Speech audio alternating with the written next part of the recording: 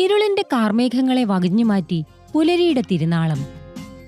ശ്രീകോവിലിനു മുകളിൽ കുറുകുന്ന അമ്പലപ്രാവുകൾ, നേർത്ത പുലരിയിലെ തഴുകുന്ന കാറ്റിൽ അലയടിക്കുന്ന അമ്പലമണികൾ, സമീപത്തായി പുൽനാമ്പുകളെ തഴുകിയൊഴുകുന്ന പമ്പാനദി, ഇടതൂർന്നു നിൽക്കുന്ന കരിമ്പനകളും തല ഉയർത്തി നിൽക്കുന്ന വൻമരങ്ങളും കടന്ന് പനയന്നാർ കാവിലേക്ക്.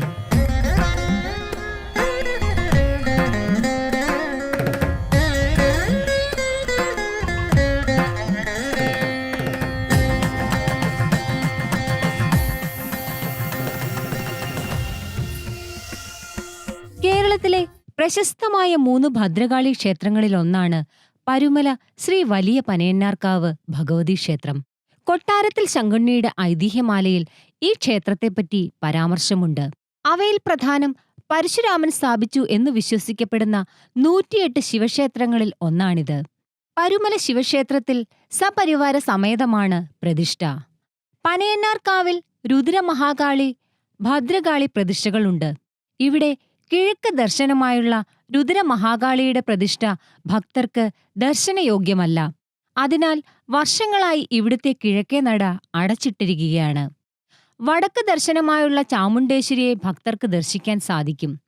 സപ്തമാതൃക്കളിലെ 7ാമത്തെ ദേവിക്ക് പ്രാധാന്യം നൽകിയാണ് ഭദ്രകാളി സങ്കല്പത്തിൽ ചാമുണ്ടേശ്വരിയെ പ്രതിഷ്ഠിച്ചിരിക്കുന്നത്. മലയാള മാസം 1-ാം തീയതികളിൽ വടക്കേ നടയിലുള്ള 3 വാതിലുകളും തുറന്ന് എല്ലാ പ്രതിഷ്ഠകളിലും പ്രത്യേക പൂജകൾ നടത്താറുണ്ട്. കള്ളിയങ്കാട്ട് നീലിയെ കടമറ്റത്ത് കത്തനാർ കുടിയിരുത്തിയത് ഇവിടെയാണെന്നാണ് ഐതിഹ്യം. ഞാൻ ശ്രീ രഞ്ജനാദിശ്വരൻ, ഇപ്പോഴത്തെ പനന്നാവ് ദേവസ്വത്തിൻ്റെ സെക്രട്ടറി. ഞാൻ ശ്രീ രഞ്ജനാദിശ്വരൻ, ഇപ്പോഴത്തെ പനന്നാവ് ദേവസ്വത്തിൻ്റെ സെക്രട്ടറി. സി വി രാമപിള്ളയുടെ നോവൽ മാർത്താണ്ഡവർമ്മ എന്ന് പറഞ്ഞ നോവലിൽ കള്ളിയങ്കാട്ട് നീലിയെപ്പറ്റി പരാമർശിക്കുന്നുണ്ട്. ആ കള്ളിയങ്കാട്ട് നീലിയാണ് ഇത്. കടമറ്റത്ത് കത്തനാരെ കൊണ്ടുവന്നതാണ്. കടമറ്റത്ത് കത്തനാരെ വീട്ടിൽ യക്ഷിയെ ബന്ധിച്ച് വേലക്കാരിയായിട്ട് നിർത്തിയതാണ്. ഒരു ദിവസം കത്തനാരെ എവിടെയോ പോയിട്ട് വന്നപ്പോഴത്തേക്ക് യക്ഷി അപ്രത്യക്ഷയായി, വീട്ടിലില്ല. കത്തനാരുടെ അമ്മയോട് ചോദിച്ചപ്പം വിവരം തിരക്കിയപ്പോൾ പറഞ്ഞു, കാട്ടിൽ വിറകൊടിക്കാൻ പോയിട്ട് വന്നു, എന്നോട് പറഞ്ഞു തലയെ മുള്ളു കൊണ്ടു, ഒന്ന് നോക്കുന്നു പറഞ്ഞു. മുള്ളാണെന്ന് കരുതി തെറ്റിദ്ധരിച്ച വൃത്തമാതാവ് ഊരി വരച്ചൂരിയത് ആണിയായിരുന്നു. അത് മന്ത്രത്തറയാണ്. കത്തനാരെ മന്ത്രം ജപിച്ച് തറച്ച ആണിയായിരുന്നു. അപ്പോൾ ആണി വരച്ചൂരിയപ്പം യക്ഷി അപ്രത്യക്ഷയായി. കത്തനാർക്ക് അത് കാര്യം മനസ്സിലായി. അപ്പോൾ യക്ഷിയെ പിന്നെ ആവാഹിക്കാനായിട്ട് കത്തനാർ അവിടുന്ന് ആവാഹന മന്ത്രം ജപിച്ച് പിന്നാലെ വന്ന് നമ്മളിരിക്കുന്നതിൻ്റെ അക്കരെ പന്നായി പാലമുണ്ട്. പാലത്തിൻ്റെ അവിടെ വന്ന് യക്ഷി അവിടുന്ന് ഇക്കരയാടി, ആറ്റിനിക്കരയാടി. അപ്പോൾ കത്തനാർ അവിടെ വന്ന് നോക്കിയപ്പോൾ യക്ഷിയെ കണ്ടില്ല, പാലമൊക്കെ തകർത്തിട്ടേക്കുന്നു. കത്തനാർക്ക് കാര്യം മനസ്സിലായി. അപ്പോൾ അവിടെ അടുത്ത് കണ്ട ആളെ പന്നായിക്കടവൻ കുഞ്ഞാമൻ എന്ന് പറയുന്നൊരു ആളെ കണ്ടു. അയാളോട് പറഞ്ഞു, കത്തനാരെ ആവശ്യപ്പെട്ട് എനിക്കൊരു ട്യൂഷനിലതാണ്. അപ്പോൾ ട്യൂഷനിൽ കൊടുത്തു. ആ ട്യൂഷനിൽ കയറി ഹഠയോഗം സിദ്ധി ചെയ്ത ആളായി വെള്ളത്തിന് വെളിയിൽ കൂടെ നടക്കാൻ ഒക്കുന്നു. കത്തനാരെ ഹഠയോഗം സിദ്ധി ചെയ്തുകൊണ്ട് വെള്ളത്തിന് വെളിയിൽ കൂടെ നടന്ന് ഇവിടെ വന്നു. ഇവിടെ വന്നപ്പം യക്ഷിയെ കാണുന്നില്ല. യക്ഷി ഇവിടെ ഒരു പനയുണ്ടായിരുന്നു. ആ പനയെ കയറി മേളിൽ കയറി പിടിച്ചുകൊണ്ട് അവിടെ പനയുടെ മേളിൽ കയറി. കത്തനാരെ താഴെ വന്ന് ആവാഹനം നിർത്തിയിട്ട് അക്ഷയബന്ധന മന്ത്രം ജപിക്കാൻ തുടങ്ങി. ആ മന്ത്രം കാര്യം കൊണ്ട് നമ്മൾ കെട്ടുന്ന പോലുള്ള ഇതാണ്, ബന്ധനമാണ്. അപ്പോൾ യക്ഷിക്ക് മനസ്സിലായി, യക്ഷികളൊക്കെ ത്രികാലദർശികളാണ്. യക്ഷിക്ക് മനസ്സിലായി ഇപ്പോൾ എന്നെ കത്തനാരെ പിടിച്ചു കെട്ടും. യക്ഷി അവിടെ പനയുടെ മേളിൽ നിന്ന് അമ്മയെ രക്ഷിക്കണേ, അമ്മയെ രക്ഷിക്കണേ എന്ന് 3 പ്രാവശ്യം അല്ലൽ വിളിച്ചു ദേവിയെ. അപ്പോൾ ദേവി അശരീരമുണ്ടായി എൻ്റെ സവിധത്തിൽ വന്ന് എന്നെ ആശ്രയിച്ചു. അമിത കാമാസക്തി കൊണ്ട് യക്ഷിയായിട്ട് പരിണമിച്ച ദേവകന്യയാണ്.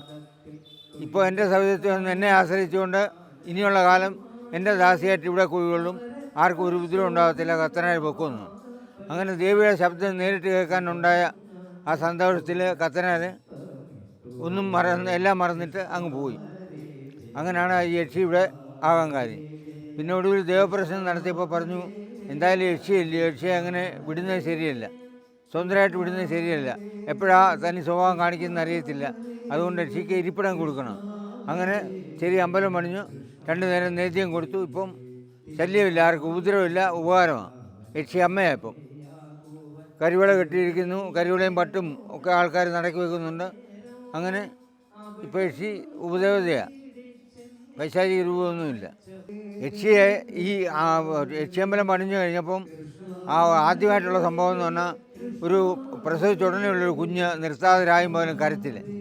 ഈ കരച്ചിൽ കേട്ട് സഹിക്കാൻ കഴിഞ്ഞ ആ കുഞ്ഞിൻ്റെ അമ്മ യക്ഷിയമ്മയെ പ്രാർത്ഥിച്ചു എന്നാണ് പറയുന്നത്. ഈ കുഞ്ഞിൻ്റെ കരച്ചിൽ നിർത്തി തരണേ അമ്മയ്ക്ക് ഞാൻ കരിവള കെട്ടിയേക്കാം. പിന്നെ അവർ ആ കുഞ്ഞിൻ്റെ കരച്ചിൽ നിന്നു അവർ കൊണ്ട് കരിവള കെട്ടി. അത് കണ്ട് പിന്നെ മറ്റുള്ളവർ അന്വേഷിക്കാൻ തുടങ്ങി. ഇപ്പോൾ ഒരുപാട് പേര് യക്ഷിയമ്മയ്ക്ക് കരിവളയും പട്ടും ഒക്കെ സമർപ്പിക്കാറുണ്ട്, കൺമഷിയൊക്കെ സമർപ്പിക്കാറുണ്ട്, കരിക്കുമൊക്കെ കൊണ്ട് സമർപ്പിക്കാറുണ്ട്. മണി കെട്ടുന്നത് ഇതുപോലെ തന്നെ അകത്തുകൊണ്ട് ഒത്തിരി ഇവിടെ യക്ഷികന്നടയിൽ ഒരുപാട് മണി കെട്ടുന്നുണ്ട്, ഉദ്ദിഷ്ട കാര്യസിദ്ധിക്ക് വേണ്ടിയാണ്. ശ്രീ വലിയ പനയന്നാർക്കാവിൽ പരമശിവനോടൊപ്പം കാളി, ഭദ്രകാളി, കരിങ്കാളി, കൊടുങ്കാളി, ഭൂതകാളി, ദുർഗ, അന്നപൂർണേശ്വരി, തൃശൂലസ്ഥിതയായ ചാമുണ്ടേശ്വരി, ലളിതാദിവാസം ഏരുചക്രം, ഗണപതി, വീരഭദ്രൻ, ക്ഷേത്രപാലകൻ, കടമറ്റത്തു നിന്നുള്ള യക്ഷിയമ്മ, രക്ഷാധിപൻ എന്നീ പ്രതിഷ്ഠകളുമുണ്ട്. നാഗരാജാക്കന്മാരുടെയും നാഗയക്ഷികളുടെയും സന്തതി പരമ്പരകളുടെയും ആവാസസ്ഥാനമായ 5 കാവുകളും സമീപത്തുണ്ട്. ശിവക്ഷേത്രത്തിന്റെ ശ്രീകോവിലിന് തെക്കുവശത്ത് തിടപ്പള്ളി സ്ഥാനത്ത് മാതൃശാലയോട് ചേർന്ന് കിഴക്കോട്ട് ദർശനമായി ദേവിയെയാണ് ആദ്യം പ്രതിഷ്ഠിച്ചത്. ദാരികവധത്തിനു ശേഷം കോപത്താൽ ജ്വലിച്ചു നിൽക്കുന്ന ദേവിയാണ് ഇവിടുത്തെ പ്രതിഷ്ഠ. ഈ പ്രതിഷ്ഠ അത്യുഗ്ര മൂർത്തിയായി തീർന്നു. പിന്നീട് ദേവീ പ്രതിഷ്ഠ വടക്കോട്ട് ദർശനമായി ഒന്നുകൂടി പ്രതിഷ്ഠിച്ചു. അത് ദാരികവധാനന്തരം ദേവി രക്താഭിഷിക്ത ശരീരയായി കോപാവേപിത ഗാത്രിയായി യുദ്ധഭൂമിയിൽ നിൽക്കുന്നതായിരുന്നു പ്രതിഷ്ഠാസങ്കല്പം. അവിടെയും ദേവി ഏറ്റവും ഭയങ്കരയായി തന്നെയാണ് പരിണമിച്ചത്. പ്രതിഷ്ഠാമാതൃക്കളുടെ കൂട്ടത്തിൽ വീരഭദ്രൻ, ഗണപതി എന്നീ മൂർത്തികളോട് കൂടിയായിരുന്നു ഈ പ്രതിഷ്ഠ. ഈ ബിംബത്തിലാണ് ഭഗവതിക്ക് ചാന്താട്ടം മുതലായ പൂജകൾ നടത്തിയിരുന്നത്. വിധിപ്രകാരം പ്രതിഷ്ഠ നടത്തുകയും ക്രമപ്രകാരം പതിവായി പൂജാദികൾ നടത്തി തുടങ്ങുകയും ചെയ്തതോടെ ഇവിടുത്തെ ഭഗവതിയുടെ സാന്നിധ്യം കൂടുതൽ ശക്തി പ്രാപിച്ചു. ദേവിയുടെ ശക്തി ക്രമത്തിലധികം വർദ്ധിച്ചതോടെ പകൽ സമയത്ത് പോലും കാവിൽ പോകുവാൻ ജനങ്ങൾ ഭയപ്പെട്ടു. അതിന് ശമനമുണ്ടാക്കാനായി ദേവിയുടെ കിഴക്കേ നടയിൽ ധാരാളം ഗുരുതികൾ നടത്തിയിരുന്നു. ഈ ഗുരുതി വർഷം തോറും മുടക്കമില്ലാതെ നടത്തിപ്പോന്നിരുന്നു. എന്നാൽ ഒരു വർഷം നടത്തേണ്ടിയിരുന്ന ഗുരുതി ദേവിയുടെ തന്നെ ഇംഗിതപ്രകാരം നിർത്തിവെക്കുകയും കിഴക്കേ നട എന്നേക്കുമായി അടയ്ക്കുകയുമായിരുന്നു. അതിനുശേഷം പിന്നീട് ഇന്നേ വരെ ആ നട തുറന്നിട്ടില്ല. പനയന്നാർക്കാവിൽ പടിഞ്ഞാറ് ദർശനം നൽകിയാണ് പ്രധാന ക്ഷേത്രമായ ശിവക്ഷേത്രം നിർമ്മിച്ചിരിക്കുന്നത്. തിരുമാന്താംകുന്നിലും കൊടുങ്ങല്ലൂരിലും കിഴക്കോട്ടാണ് ശിവക്ഷേത്ര ദർശനം. ഇവിടെ അഘോരമൂർത്തിയാണ് പ്രതിഷ്ഠാസങ്കല്പം. ഈ 3 ക്ഷേത്രങ്ങളിലെയും ശിവപ്രതിഷ്ഠ നടത്തിയത് പരശുരാമനാണെന്നാണ് ഐതിഹ്യം. പനയന്നാർക്കാവിൽ പടിഞ്ഞാറ് വശത്തുകൂടി പുണ്യനദിയായ പമ്പാ നദി ഒഴുകുന്നു. നദിക്ക് അഭിമുഖമായാണ് ശിവക്ഷേത്രം നിർമ്മിച്ചിരിക്കുന്നത്. ശിവന്റെ ശ്രീകോവിലിന് നേരെ പടിഞ്ഞാറ് വശത്ത് ഒരു ബലിക്കൽപ്പുര നിർമ്മിച്ചിട്ടുണ്ട്. അതുകൂടാതെ ഭഗവതി നടയ്ക്ക് നേരെ വടക്കുവശത്തും ഒരു ബലിക്കൽപ്പുരയുണ്ട്. ക്ഷേത്ര നിർമ്മിതി ശ്രീ മഹാദേവന് പ്രാധാന്യം നൽകിയാണ്. ശിവക്ഷേത്ര നിർമ്മാണത്തിന് ശേഷമാണ് ഭദ്രകാളിയെ പനയന്നാർക്കാവിൽ കുടിയിരുത്തിയത്. ശിവക്ഷേത്രത്തിൽ 3 പൂജകളും ദീപാരാധനയും നിത്യേനയുണ്ട്. ദേവി ഇവിടെ ശക്തി സ്വരൂപിണിയായതിനാലാവാം പനയന്നാർക്കാവിലെ ശിവൻ വളരെ ശാന്തസ്വരൂപനാണെന്നാണ് ഭക്തരുടെ വിശ്വാസം. എൻ്റെ പേര് വാസുദേവൻ നമ്പൂതിരി. ഞാൻ ഇവിടെ 30 വർഷമായിട്ട് ക്ഷേത്രത്തിൽ സേവനം അനുഷ്ഠിക്കുന്ന ആളാണ്. വെളുപ്പിനെ 5 മണിക്കാണ് ക്ഷേത്രം തുറക്കുന്നത്. 5 മണിക്ക് തുറന്നു കഴിഞ്ഞാൽ രാവിലെ 7 മണിക്ക് കൈവട്ട ഗുരുതി, നിവേദ്യം, അതിന് 10:30 ഉഷപൂജ, ഉച്ചപൂജ, 11:30 ആകുമ്പോൾ ക്ഷേത്രം അടയ്ക്കും. വൈകുന്നേരം അതുപോലെ 5 മണിക്ക് തുറക്കും. 6:30 വരെയാണ് ഇവിടെ പൂജ. വെള്ളി, ചൊവ്വ, ഞായർ ദിവസങ്ങളിൽ ഇവിടെ വലിയ ഗുരുതിയുണ്ട്. ഗുരുതിയുള്ള ദിവസം നാളെ അടയ്ക്കത്തില്ല. ആ ദേവിയെ അങ്ങോട്ട് എഴുന്നള്ളിച്ച് ഇവിടെ ഗുരുതി നടത്തുന്നതാണ്. അതൊരു 8 മണി വരെ കാണും. ക്ഷേത്രത്തിൽ ഇവിടെ പണ്ട് പുരാതന കാലത്ത് നരബലി ഉണ്ടായിരുന്നെന്നാണ് പറയുന്നത്. അന്നൊരു കുട്ടിയെ പെട്ട നേരം ക്ഷേത്രത്തിൽ അശരീരി ഉണ്ടായി. ഇനി നരബലി വേണ്ട, ഇനി ക്ഷേത്രനട അടച്ച് അഥവാ തുറക്കണ തന്നെ ആന വെട്ടി ഗുരുതി കഴിക്കണമെന്നാണ് പറയുന്നത്. ഇവിടെ പ്രധാനമായിട്ടും ആയില്യം പൂജ ഉണ്ട്. തുലാമാസത്തിലെ ആയില്യത്തിന് പൂയത്തിന് കലശവും ആയില്യം പൂജയുമാണ്. ആയില്യത്തിന് ആയില്യം പൂജ എല്ലാ കാവുകളിലും. അത് കഴിഞ്ഞാൽ പിന്നെ അടുത്തത് വിഷു. വിഷുവിനാണ് ഇവിടുത്തെ പ്രധാന ഉത്സവം. അന്ന് പുറത്തോട്ട് എഴുന്നള്ളിക്കുകയൊക്കെ ചെയ്തിട്ടുണ്ട്. മറ്റേ വെളുപ്പിനെ എഴുന്നള്ളത്തുണ്ട്. അതാണ് പ്രധാന ചടങ്ങ്. പിന്നല്ല നവാഹം, സപ്താഹം എന്നീ ചടങ്ങുകളും ഇവിടെ ക്ഷേത്രത്തിൽ നടക്കുന്നുണ്ട്. ഇവിടുത്തെ പ്രധാനമായിട്ടും തുലാമാസത്തിലെ പൂയത്തിൻ്റെ അന്ന് എല്ലാ ക്ഷേത്ര നടയിലും കലശവും, ആയില്യത്തിന് 4 കാവുകളിലും ആയില്യം പൂജ ഉണ്ടായിരിക്കുന്നത്.